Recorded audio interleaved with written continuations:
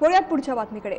ओबीसींना देण्यात आलेलं आरक्षण कोणतेही सर्वेक्षण आणि अभ्यास न करता देण्यात आल्यानं ते रद्दबातल करण्याची मागणी करणारी जनहित याचिका मराठा समाजातर्फे बाजू मांडणाऱ्या अभ्यासकांनी मुंबई उच्च न्यायालयामध्ये सादर केलेली आहे। त्यामुळे आता मराठा विरुद्ध ओबीसी यांच्यामध्ये न्यायालयीन संघर्ष सुरू होणार आहे।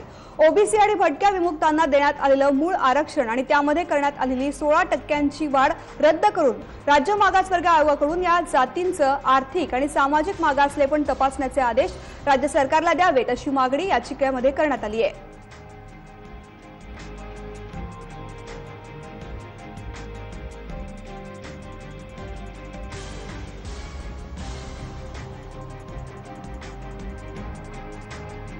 ओबीसींना देण्यात आलेलं आरक्षण कोणतेही सर्वेक्षण आणि अभ्यास न करता देण्यात आल्यानं ते रद्दबातल करण्याची मागणी करणारी जनहित याचिका मराठा समाजातर्फे बाजू मांडणाऱ्या अभ्यासकांनी मुंबई उच्च न्यायालयामध्ये सादर केली आणि त्यामुळे आता मराठा विरुद्ध ओबीसी यांच्यातला न्यायालयीन संघर्ष सुरू होणार आहे। ओबीसी आणि भटक्या विमुक्तांना देण्यात आलेलं मूळ आरक्षण आणि त्यात करण्यात आलेली 16% वाढ रद्द करून राज्य मागासवर्ग आयोगाकडून जातींचं आर्थिक आणि सामाजिक मागासलेपण तपासण्याचे आदेश राज्य सरकारला द्यावेत अशी मागणी या याचिकेमध्ये करण्यात आली आहे।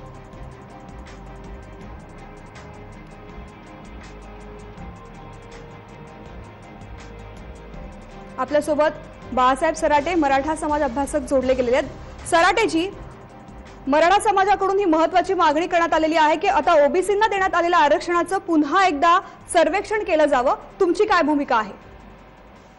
मॅडम, पहिल्यांदा ही गोष्ट स्पष्ट केली पाहिजे की मराठा समाजाकडून ही मागणी करण्यात आलेली नाही। मी एक महाराष्ट्राचा नागरिक म्हणून, खुल्या प्रवर्गाचा घटक म्हणून मी एक याचिका दाखल केलेली आहे आता मुंबई उच्च न्यायालयामध्ये। आज आम्ही निवेदन केले आणि त्याची आम्हाला पहिली हिअरिंगची तारीख 9 जानेवारी, त्या दिवशी त्याची आम्ही सविस्तर सुनावणी करणार आहोत। नेमकं तुमचं म्हणणं काय आहे? त्या याचिकेच्या आधारे आम्ही असं म्हटलेलं आहे की महाराष्ट्रात जे आज ओबीसी प्रवर्गाचं रिझर्वेशन जे दिलेलं आहे ते देताना कुठलंही सामाजिक शैक्षणिक मागासलेपण त्या प्रवर्गाचं तपासण्यात आल्याची नोंद नाही। त्यांचं लोक याच्यातलं सरकारी नोकऱ्यामधलं प्रतिनिधित्व, आता जो रिसेंट रिपोर्ट आलेला आहे शासनाचा, त्यामध्ये खूप जास्ती त्यांचं प्रतिनिधित्व दिसतं आहे। म्हणजे त्यांचं सामाजिक शैक्षणिक मागासलेपण नाही आणि प्रतिनिधित्व जास्ती आहे असं स्पष्ट होत असल्यामुळे त्या प्रवर्गातील जातीच्या आरक्षणाची पुनर्तपासणी व्हावी, जी की त्याच आहे। राज्य कायद्याच्या कलम 11 अंतर्गत ती स्पष्ट तरतूद आहे की दर 10 वर्षातून एकदा या आरक्षणातील घटकांचं पुनरावलोकन झालं पाहिजे आणि त्या अंतर्गत आम्ही मागणी केली की तशी पुनरावलोकन झालं पाहिजे या ओबीसीतील प्रवर्गाच्या सगळ्या घटकांचं। दुसरी आमची मुख्य मागणी आहे की 23 मार्च 1994 एकाच दिवशी एक शासन निर्णय जारी करून शासनाने एकदम खुल्या प्रवर्गातून 16% आरक्षण हे ओबीसी प्रवर्गाला दिलं आणि त्यामुळे ते आरक्षणाची चोरी झालेली आहे। कारण ते आरक्षण देताना कुठली प्रक्रिया राबवली नाही, त्याला राज्य मागासवर्ग जे आहे ती यंत्रणेची मान्यता घेण्यात आली नाही, शिफारस घेण्यात आलेली नाही आणि इतकं आरक्षण वाढवलं पुन्हा डिसेंबर 94 अजून 2% आरक्षण वाढवलं, म्हणजे 16+2 असं 18% आरक्षण 94 या वर्षात वाढवलं। त्यामुळे आता संकट निर्माण झालंय की महाराष्ट्रासमोर आधीच एक्सेस रिझर्वेशनचं संकट निर्माण झालेलं आहे। ओबीसीला आधीच मोठं एक्सेस रिझर्वेशन दिलेलं आहे आणि आता महाराष्ट्र शासनाने मराठा समाजाला 16% आरक्षण दिलेलं आहे। तेव्हा दिलं नसतं तर आज मराठा समाजाला 52%च्या वरचं आरक्षण नसतं, म्हणजे खुल्या प्रवर्गावर जो आहे तो आला नसता। आमचं असं म्हणणं आहे की आता आरक्षण दिलं ते एक्सेसिव्ह आहे का आधी आरक्षण दिलं ते एक्सेसिव्ह आहे, छाननी झाली पाहिजे आणि आमचं असं मत आहे की ते आधीचं एक्सेसिव्ह आहे, ते एक्सेसिव्ह आहे हे जर ठरलं तर गरज न पडता त्या आधीच्या एक्सेसिव्ह मध्ये नवीन घटक टाकले जाऊ शकतात, अशी आमच्या मधली मागणी आहे। धन्यवाद सराटेजी या संपूर्ण प्रतिक्रियेसाठी। आपल्यासोबत सावंत देवरे ओबीसी नेते देखील जोडले गेलेले आहेत। देवरेजी, आत्ताच आम्ही मराठा समाजासाठी काम करणाऱ्या सराटे यांची प्रतिक्रिया घेतलेली आहे। त्यांनी असं सांगितलेलं आहे की मुळात संभ्रम हा निर्माण झालेला आहे की ओबीसींना जे आरक्षण दिलेलं आहे ते एक्सेसिव्ह दिलेलं गेलं आहे का, हे तपासण्याची गरज निर्माण झालेली आहे की कारण त्यामुळेच मराठा समाजाला देण्यात येणाऱ्या आरक्षणामध्ये अडथळे निर्माण होतात, तुमची काय भूमिका आहे? नाही, हे अत्यंत हास्यास्पद अशी गोष्ट आहे। घटनेच्या 340व्या कलमाप्रमाणे 1953ला राष्ट्रपतींनी कालेलकर आयोग नेमला आणि कालेलकर आयोगामध्ये अनेक तज्ञ होते, सामाजिक तज्ञ, शैक्षणिक तज्ञ, अर्थतज्ञ, हे सगळ्या तज्ञ सदस्यांनी म्हणजे कालेलकर आयोगाच्या तज्ञ सदस्यांनी पूर्ण भारतभरचा डेटा गोळा केला, पूर्ण माहिती गोळा केली. प्रत्येक सामाजिक आणि शैक्षणिक दृष्ट्या मागास असलेल्या सर्व जातींचं सर्वेक्षण केलं. त्याच्यामध्ये मराठ्यांचेही सर्वेक्षण केलेलं आहे, ब्राह्मणांचंही केलेलं आहे. अशा SC ST वगळता बाकी सगळ्या जातींचं सर्वेक्षण कालेलकर आयोगाने केलं आहे. आणि ते सर्वेक्षण आल्यानंतर मग जे खरोखर सामाजिक आणि शैक्षणिक दृष्ट्या मागासलेले घटक आहेत, वर्ग आहेत, म्हणजेच जाती, त्या जातींची यादी तयार करून त्यांनी या जातींना आरक्षण दिलं पाहिजे. आणि त्यासोबतच आणखी अनेक शिफारसी पण केलेल्या आहेत. त्यानंतर 1978ला मोरारजी देसाई सरकारच्या काळामध्ये 340व्या कलमाप्रमाणे राष्ट्रपतींनी मंडल कमिशनची नियुक्ती केली. बिंदेश्वरी प्रसाद मंडल या खासदारांच्या नेतृत्वाखाली.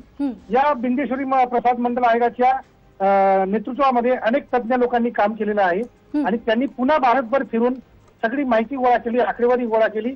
SC ST मधल्या जाती वगळता इतर सर्व जातींची म्हणजे मराठा, ब्राह्मण, तेली, कोळी, नावी, धोबी, अंसारी, पिंजारी, ख्रिश्चन, मुसलमान अशा सगळ्या धर्मातील आणि वर्गातील जातींचा सर्वेक्षण करून आणि मग त्यांचा डेटा गोळा केल्यानंतर मग ज्या काही जाती, जे काही वर्ग सामाजिक आणि शैक्षणिक दृष्ट्या मागासलेले ठरलेत त्यांची यादी मंडल आयोगाने तयार केली.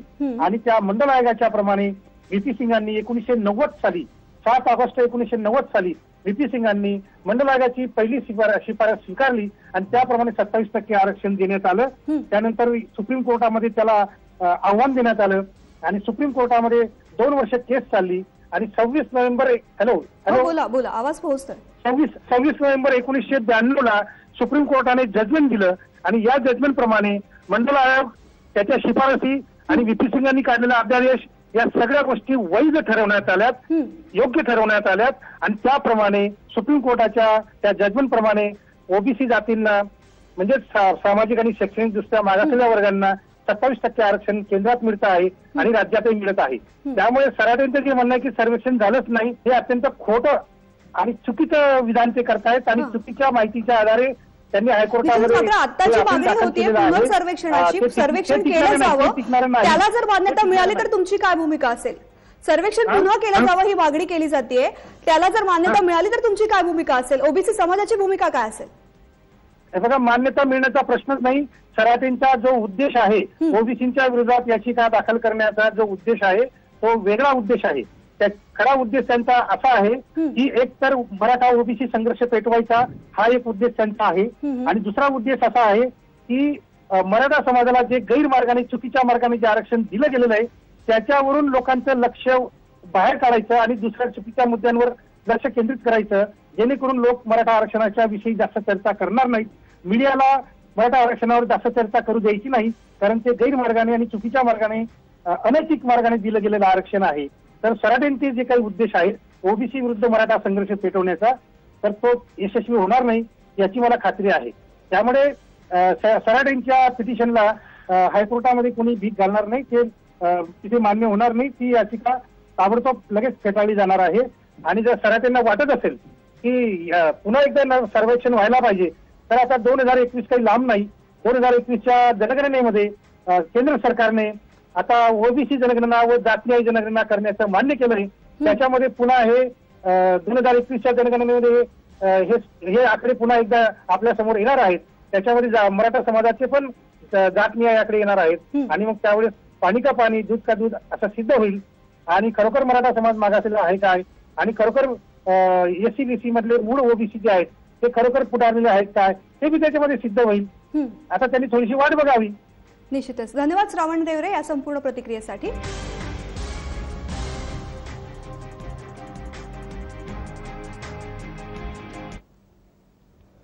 ओबीसी समाजाला देण्यात आलेल्या आरक्षणाबद्दल पुन्हा एकदा सर्वेक्षण करण्याची मागणी मराठा समाजाकडून करण्यात आलेली आहे आणि यामुळे पुन्हा एकदा एक संघर्ष निर्माण होण्याची परिस्थिती सध्या निर्माण झालेली आहे.